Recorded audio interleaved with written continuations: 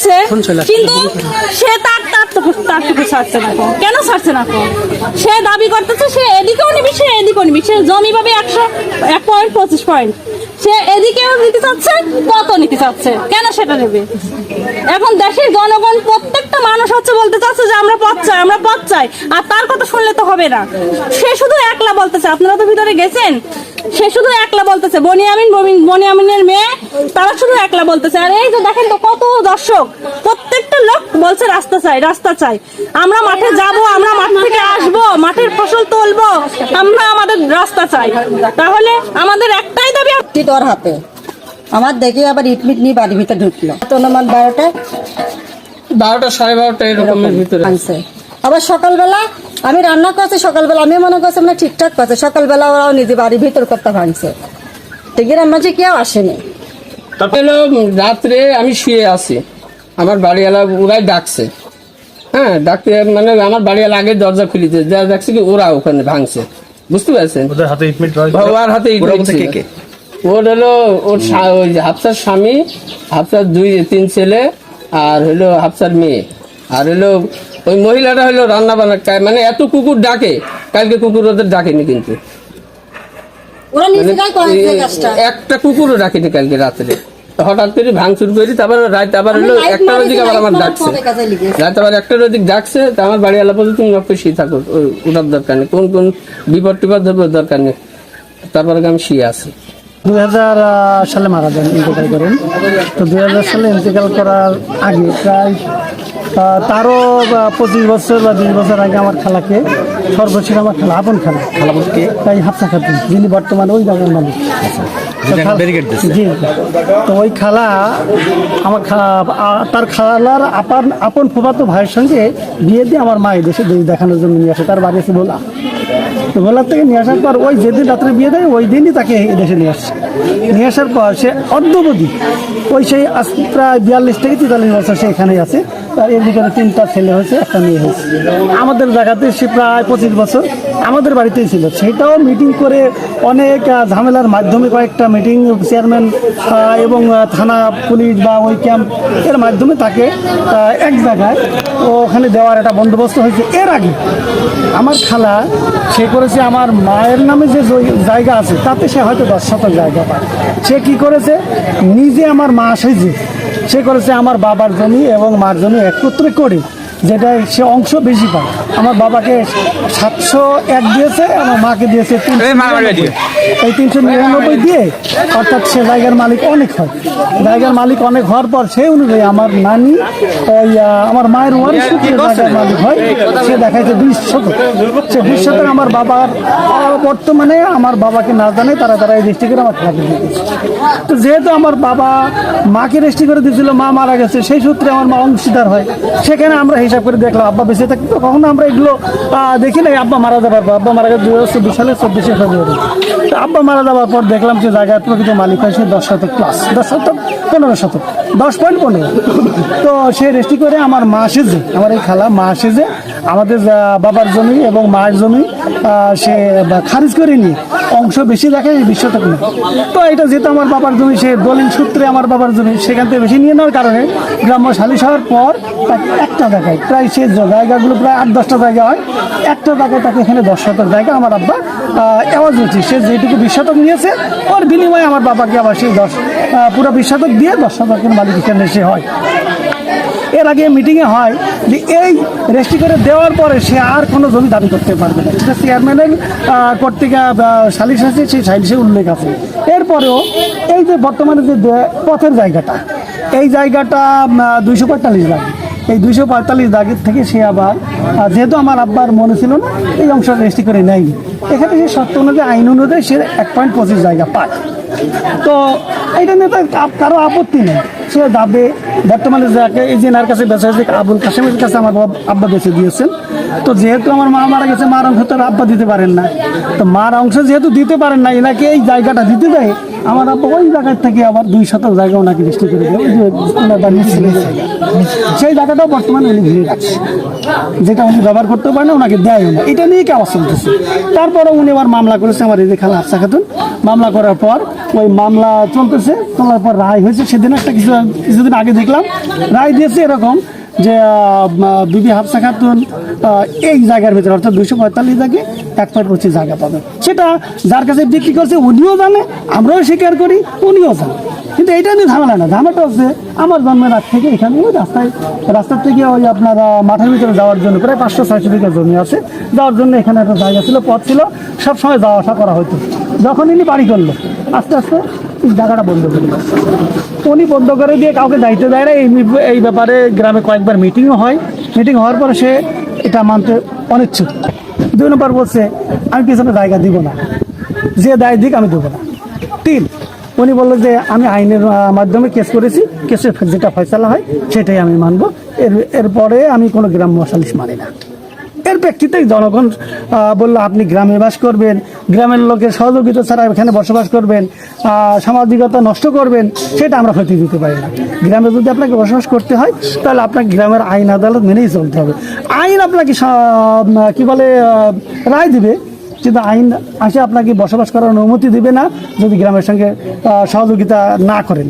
সেই হিসাবে গ্রামের লোকজন সিদ্ধান্ত নেয়, যেহেতু সে গ্রামের কারো কথা শুনতেছে না এবং মানতেছে না, সেই হিসাবে গ্রামের লোক সিদ্ধান্ত নেয় সে যেহেতু আমাদের কথা শুনতেছে না, আমরাও তাকে অসহযোগিতা স্বরূপ তার সঙ্গে এই গ্রামের কেউ কাজকর্ম করবে না, কেউ তাকে কাজকর্ম দিবে না, এই মর্মে একটা সিদ্ধান্ত হওয়ার পর গতকালকে এটা ঘর ভাঙচুর হয়েছে। এই ব্যাপারে আমি কিছু জানি, ব্যাংকে চাকরি করি, ব্যাংকে ছিলাম, এইমাত্র আপনার ডাকলেন থেকে আসলাম। আমি শুনলাম আমার বাসায় গিয়েছিলেন, মেয়ে মানুষ বললো যে সে ব্যাংকে আছে, আমার তার ছোটটা স্বামী। উনি বলছেন যে আমি রাস্তা দিলাম না, তার অর্থ কি আমার এখানে ঘর বাড়ি কি ভাঙচুর করবে নাকি? আচ্ছা, এর পিছনে আমি কিছু কথা বলি। যখনই এখানে গ্যাঞ্জাম হয়, ওরা 3টা ছেলে আছে মোবাইল নিয়ে ভিডিও করে, যে গ্যাঞ্জামগুলো হয় ভিডিও করে, তাহলে এটা 3 ঘর কেউ যদি বাড়ি দেয় শব্দ হয়েছে, তো ভিডিওটা কি আছে? সেই ভিডিওটা হবে। হ্যাঁ, সে ভিডিওটা দেখা যে আমি আসছি বা আমাদের গ্রামের লোক যখন শব্দ হয়েছে তখন এই যে পাশের বাড়িওয়ালা উনি নিজে দেখেছে। না, সেটা আমার কথা না। আমার কাছে 2টা মোবাইল আছে, আমি যে কোথায় ছিলাম সেগুলো ট্র্যাকিং করলে বোঝা যাবে আমি ছিলাম কোথায়। এটা ডিজিটাল যুগ, এখানে মানে ডিজিটাল যুগে কিছু না পাওয়ার কোনো কথা না। আমার 2টা মোবাইল আছে, আমি ছিলাম কোথায়, এটা আমার ওয়াইফ আছে, সেও বলবে যে আমি কোথায় ছিলাম। আচ্ছা, কেসটা চলছে সামনে, ওখানে আমি 125 জমি পাই, ঠিক আছে, আমার বাড়ি আমার রাস্তায় আমি বাড়াচ্ছি, ঠিক আছে, আমার কোনো সমস্যা আছে না। লোকে বলছে যে সরকার, এখন আমার মার জমি, আর মা বলছে যে আমি একটু দিবি, ঠিক আছে। এখন মা তোমার বাড়ির সামনে গেল, তুমি চাচ্ছি যদি 1 চায় তোমার বাড়ির সামনে তুমি খবর হয় এখন তুমিও দিবা না। এখানে তো মানে কয়েকজন তো আশা করতে, কিন্তু এখানে যখন আমার বাড়ি হয়েছে, ঠিক আছে, সামনে আমার জমি রয়েছে, এই জমি সামনে যে জমিগুলো, এই জমি আমার না, এই জমি আছে উপরালা, ওর উপরালা জোর করে গাইছে 2 পাশে, এই যে ঘেরাফেরা সব রাস্তা হতে গেলে তো সবাই তো জমি দেয়, সবাই ওখান থেকে সব তো আমার এইটুকু। ওই যে তোমাদের যে সামনের ওই পাশে তো সামনে ওটা তো আমার। আচ্ছা, ওইটা নিয়ে তো মামলা চলছে, ওইটা নিয়ে কেস অলরেডি মামলা চলছে এবং আছে রায়, একটা তো আছে আমার।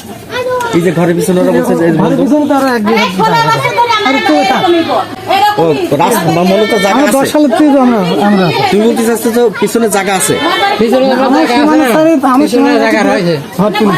আমার এই অজিত মাওলানা জমি দিছে, এখন তার কাছে জমি বেঁচেছে। এখন আমি বললাম যে আপনি দলিলটা দেখান, দলিল দেখান যাবি না। মইনুদ্দিন চেয়ারম্যান বেড়ে চাইছে, তাও কাছে দলিল দেখান যাবি না। তারপর আমরা জমি নিয়েছি, জানো, আমার জমি দিছে, পথ দিয়ে আমার জমি দিবি। আমরা তার বাড়ি ওই জায়গায় ছিলাম, তখন আমার এই জায়গায় জমি দিছে। এখন বললাম যে আমার পথ দিয়ে জমি দিতে হবে, তাহলে তোমার উর্ফে পথ আছে আর নিচে তোমার এই জমি দিলাম, এই হিসাবে আমার জমিটা দিছে। না তো বুঝলাম, কিন্তু রাস্তা তো সবার জন্য, ওই রাস্তাতে তো আপনিও তো যাতায়াত করবেন। কোন রাস্তা? এই যে ওই যে ওই রাস্তা, হ্যাঁ, ওই রাস্তা সকলে যাচ্ছে, যে আপনি সবাই যাচ্ছে। আপনি দিচ্ছেন না কেন? হ্যাঁ? রাস্তা বন্ধ করেছেন বলে? কোন রাস্তা বন্ধ করলাম? রাস্তা তো করি, আপনি দেখছেন না আমার বাড়ির এই যে পাশে। সামনে ঘিরে দিচ্ছেন, এই যে এই নাকি রাস্তা ছিল নাকি?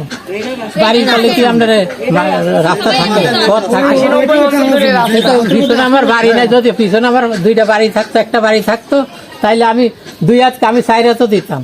পিছনে তো বাড়ি নেই, আমি জায়গা দেবো কি? তারপরে আমার এটা লোকজন চাইতো, যখন বাড়ি করেছি সেখন লোকজন যাইতো, আমি তো নিষেধ করিনি, লোকজন যাইতো। এবার আমার এই যে এই জায়গাটা হাঁটুর সমান কাদা হয়, এবার যখন কাদা হয় সেখন আমি সবাই বললাম যে তোমরা তো গরু বাছুর এটা নিও না, ছাগল গরু, তোমরা লোক যাও। কিন্তু ছাগল গরু নিলে সমস্যা হয় না, হাঁটুর সমান কাদা হচ্ছে, আমি একটু রাস্তার যাইতে পারছি না কাদার লেগে। তখন আমার কাছে এটা সরকারি রাস্তা, এনতেই যাবে, তাইলে আপনি কি বলবেন? তখন আপনি কি করবেন? আপনি কি করবেন? সমস্যা হয়েছে না? হ্যাঁ, আমার তো সমস্যা না। তা আপনি ওই জায়গায় ঘিরে দিয়েছেন বলে? কোন জায়গায় ঘিরেছেন?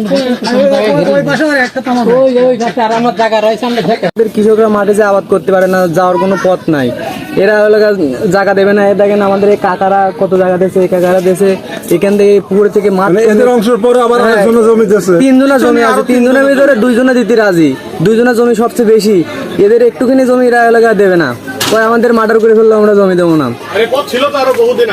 আমরা আমাদের বাপ দাদারা বলে এই জমি, এই পথ হলে এমনি 80-90 বছর ধরে মানুষ যাওয়া করে, তো সেই পথ এটা এলাকা আটকা রাখেছে, মানুষের জমি এরা এলাকা দখল করে রাখে, বেশি বেশি করে নিয়ে দখল করে এরা এলাকা ভোগ করছে। এরা আমরা বৌদ্ধ অফিসে ডাকছিলাম, এরা কিছু দিছি, অর্থাৎ এই সুরমার মা, বুনিয়ামিন, ওর 3 ভাই, এদের সবাইকে আমরা ডাকছিলাম। বৌদ্ধ অফিসে নোটিশের মাধ্যমে দুইবার নোটিশ দিচ্ছি, 4বার দেওয়া হয়েছে। তারপরে ওনারা যায় না, ওনারা খালি দফায় আমরা কোনো মিটিং মানি না। ইতিপূর্বে গ্রামবাসী গতকালকে আমাকে ফোন দেয় যে আমার জানা মতে এই রাস্তাটা প্রায় 80-90 বছর আগের রাস্তা, সবাই চলাচল করতো। কতটুকু হবে? তাও এখান থেকে 300 ফিট পরেই প্রায় 1000 বিঘা জমি আছে ওই জায়গায় মাঠে, সবাই যাতায়াত করতে এই রাস্তা দিয়ে। মানে মাঠে যাওয়ারই কি রাস্তা? হ্যাঁ, মাঠে একমাত্র রাস্তা এই জায়গায়। এই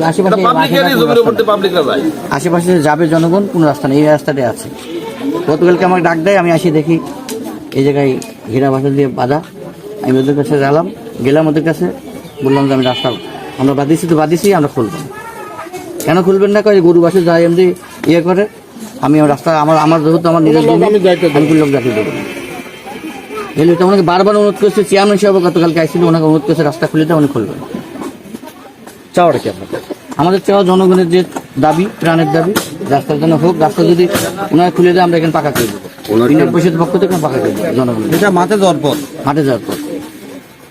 ঠিক আছে। নিজের জ্ঞানে অনেক ডাকলি উনি কথা বললেন না, মেয়ে লোক পাঠায়, আর এই মেয়ে লোক হচ্ছে অস্ত্র বাংলাদেশে এখন বর্তমান। সুনীতি পানে গেলে আমার এই ইজ্জত মারেছে, আমার এ করেছে, লন্ঠন করলো, তা করলো, আর প্রশাসন তাই বিশ্বাস করে। এনার ব্যবসা হচ্ছে এইটা। উনি বরিশালের লোক, উনি বরিশাল চলে যান, যেগুলো আচরণগুলো চলে। উনি ভাইরার জমি, ভাইরার যে শেষের জমি, যে শেষ মারা গেছে সেই সম্পত্তি উনি শাশুড়ি বাঁচিয়েছিল, ওনার শাশুড়ি আজমা পাই, মেয়ে মারা যাওয়ার কারণে সেই আজমার জমি উনি নাতনিদের না দিয়ে উনি আরেক মেয়েকে দিয়ে, সেই ইতিপূর্বে আরো 5-7 বছর আগে এই নেটাগুলো তৈরি হয়েছে। উনি 6-7 জায়গায় জমি পাবে। এখন চাও কি আপনাদের? আমাদের চাওয়া যে এই লোক ওই রাস্তা দিক, আর ওই লোক শান্ত হয়ে বসবাস করুক, আর না হলে এই এলাকা সাইড চলে যাক। জমি পাবে হওয়ার পরে আমি বেশ কেসলাম, 7 বছর জল পাবে না। আমি আপোষ করার জন্য বললাম যে দেখো, তুমি যেখানে দাবি করছো এখানে তুমি পাবা না, আমি জমি কিনেছি আগে, কিন্তু তুমি যেখানে পাবা তুমি সেই জায়গায় না, 125 তুমি নিয়ে না। সে বললো যে না, আমি এই জায়গায় নিয়ে নেব। তারপরে সে আমার নামে বহুত কিছু করে যাচ্ছে। এখন আপনার চাও কি? আমার শপথ ওইটি রয়েছে, আমি যে 125টা শাড়ি দেবো, পথটা 10-এর জন্য আমি শাড়ি দিয়েছি, একদম পথ একেবারে আগের তেন করে আমার জমির তেন শেষ মাথা পথ দেবেন আপনি। হ্যাঁ, উনি বলছে আমার বয়স 62, আমার বুদ্ধি হওয়ার পরের থেকে এই যে এই রাস্তাটা নিয়ে কথাবার্তা আলোচনা হচ্ছে, আমার বুদ্ধির আগের থেকে এই রাস্তাটা ওখানে একটা গ্রাম, একটা মহল্লা ছিল ওই মাঠের মাঝখানে, ওই মহল্লাটার বাড়ি ছিল, ওখানে আমাদের যাতায়াত ছিল এই গ্রামবাসীর। ইভিন এই মাঠের 3 থেকে 400 বিঘা জমি এই সাইডে আমাদের সমস্ত ফসল, সার, কীটনাশক নিয়ে আমাদের এই চাষিরা, আমার এই গ্রামের এই মহল্লাবাসীরা সমস্ত নিয়ে এই জায়গা দিয়ে আসা যাওয়া করে। এই যে ভদ্রলোকটা বাড়ি করেছে এখানে, এই দেশের লোক না, উনি হচ্ছে এখানকার, উনি যে ইয়ে করতে তার শাশুড়ির কিছু আজবা অংশ পাওয়ার পরে উনি আবার তার মেয়েকে দিয়েছে এই জায়গায় অল্প দিনে বসবাস করতে এসে আজকে এই 15-20 বছরে আমাদের এই সমাজে দীর্ঘদিনের বেশ কয়েকটা মামলা হামলা এবং বিভিন্ন মানে এই মহল্লাকে একটা জর্জরিত করে মানে করে ফেলছে, যা মানে ভাষায় প্রকাশ করা নাই। এই জন্য সালিশ দরবার এবং মিটিংও মানে না উনি। প্রশাসনকে বলে যে আমি যে আমার ক্ষমতা আছে আমি প্রশাসনকে দেখা দেবো। কিছু হলে পরে একটা পুরুষ মানুষ যদি যায় কাপড় তুলে নিয়ে বলে যে আয় তো নারী নির্যাতন কেস দেবো। এই যে কত বড় বেহায়া মানা মহিলা, এই মেয়ে একটা বিয়ে হয় 40 বছর বয়স, 3টা বাচ্চা তার বড় ছেলেরা, একটারও বিয়ে শাদী হয় নাই, মেয়েটারও বিয়ে দেয় নাই। এই সমাজে আমরা গুণাগার হচ্ছি এর কারণে। তারপরও আমরা ডাকি ওকে ভালো একটা পরিবেশ করার জন্য, ও আসে না। এক ঘর আত্মীয় স্বজন, একটা মহল্লার একটা বড় আত্মীয় স্বজন আছে, ওর একটা লোক তার পক্ষে নাই, তারা সম্পূর্ণ বিরুদ্ধে ওদের মানে এদের কার্যকলাপ এই নৈতিক চরিত্রের কারণে। এই জন্য দয়া করে আমরা এই এলাকাবাসী যারা আছি, একটা ঘর লোক নাই ওর পক্ষে, আমরা এর বিরোধিতা করতেছি। এই পথ আমাদের কৃষকদের দাবি, আমার এলাকার লোকের দাবি, এই পথ আমাদের হইতে হবে। এবং অসামাজিকতা কাজের জন্য এই পরিবারটা দায়ী, এই সমাজকে আমাদেরকে বাঁচাইতে হবে। আমাদের প্রত্যেকটা ফ্যামিলিতে মা বোন আছে, আমাদের ছেলেমেয়েরা বাইরের লোক আসে এখানে, ওই বাড়িতে ঢুকে এলাকার ছেলেমেয়ে কমতে গেলে এবারে সমস্যা। পরের জমি দখল করে পর্যন্ত রাস্তা করে রাখেছে উনি রাস্তা বন্ধ করে দিচ্ছে। এই যে কাশেম নামে একটা ভদ্রলোক, এই লোকটা এই এলাকার সবচেয়ে নির্বাচন মানুষ, একটা লোকের সাথে কোনো গ্যাঞ্জাম নাই। এই লোকটা কাজ কয়েকটা বছর কেস দিয়ে হয়রানি করতেছে। উনি জমি আগে কিনেছে উনি পাবে না, উনি পরে কিনেছে উনি পাবে। আইনগতভাবে অনেক জায়গায় অনেক সমস্যার দেখা দেওয়ার কারণেও আমরা সামাজিকতায় নিয়ে বসার জন্য চেষ্টা করি, এলাকায় ডাকি, আসেন আপনার বসে সমাধান করি। উনি আমাদের সমাধান মানবে না, উনি নিয়ে যাবে কোর্ট কাছারি পর্যন্ত।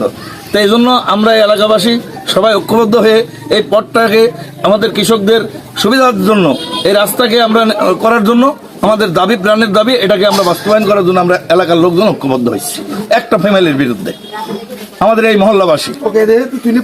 ধরেন আমাদের বয়স কিছু না হলে বড় 40 হয়ে গেছে।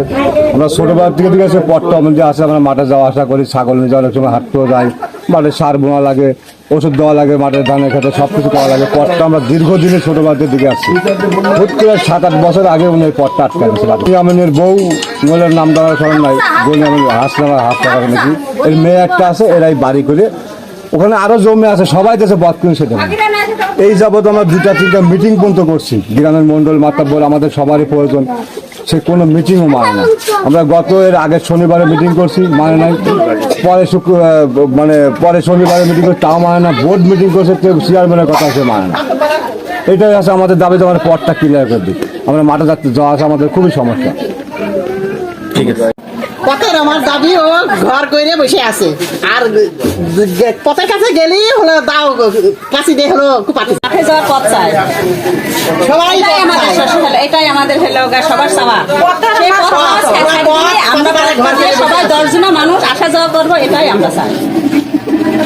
10 কাঠা মনে হয় দিয়ে গেছে। ওই একটা পথ ছিল আমাদের মাঠে যাওয়ার, দীর্ঘদিন পথ। এই পথটা দীর্ঘদিন, আমার বিয়ে মনে হয় 40-এর বেশি হয়ে গেছে, 50 বছর। আমরা 80 পর্যন্ত দেখতাম গাড়ি উঠতো, গাড়ি ধান কুষ্টা যা আসে সব ওই পথ দিয়ে আসতো। ওই মহিলা বাড়ি করার পরে ওই পথটা বন্ধ করে হাফসা খাতেন, হাফসা। আর ওনার স্বামীর নাম হইলো বনিয়ামিন। বনিয়ামিন হইলো ঘরের মিস্ত্রি। আর উনি ধরো খালি কোর্ট কাছারিতে বেড়াবেন, ওনার কাজে খালি কোর্ট কাছারি। ওনার একটা মেয়ে আছে, মেয়ে সহকারে 2 মাইজে খালি কোর্ট কাছারি বেড়াবে, এই তার কাজ। 10-এ সবাই পথ চাচ্ছে, আমি পথ বেশি দিচ্ছি। আর ওনার পথ কম, আরেকজনের পথ মানে রাস্তার থেকে কেলান পর্যন্ত, তারপরটা আরো বেশি যাচ্ছে। সবাই আমরা দিতে চাচ্ছি, ওনার অল্প পথটুক দিচ্ছে না।